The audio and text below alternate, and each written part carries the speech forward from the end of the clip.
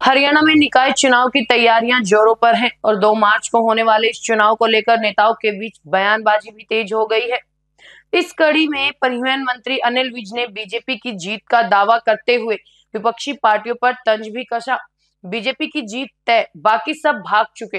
अंबाला में मीडिया से बात करते हुए अनिल विज ने कहा, हरियाणा के नगर परिषद चुनाव में कांग्रेस समेत बाकी सभी राष्ट्रीय और प्रादेशिक पार्टियां मैदान छोड़कर भाग चुकी हैं।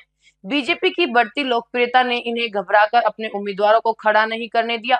उन्होंने ये भी कहा कि केंद्र और प्रदेश दोनों जगह बीजेपी की सरकार है और लोग अब तय कर चुके हैं कि नगर निगम, नगर परिषद और नगर पालिका में भी बीजेपी को ही सत्ता सौंपेंगे, ताकि विकास बिना किसी रुकावट के हो सके। मुख्यमंत्री सैनी के नेतृत्व में हो रहा विकास। अनिल विज ने मुख्यमंत्री नायब सिंह सैनी की तारीफ करते हुए कहा, हमारे मुख्यमंत्री लगातार जनता के लिए काम कर रहे हैं।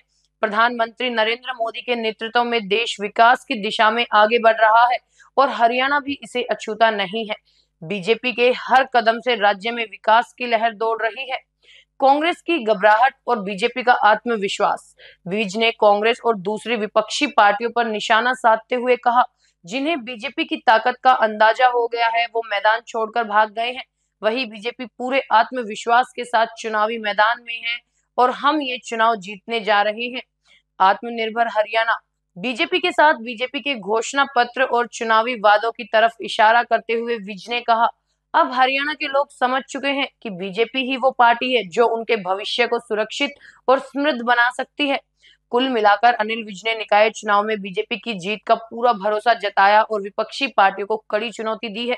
अब ये देखना दिलचस्प होगा कि 2 मार्च को हरियाणा के लोग किसे अपना समर्थन देते हैं।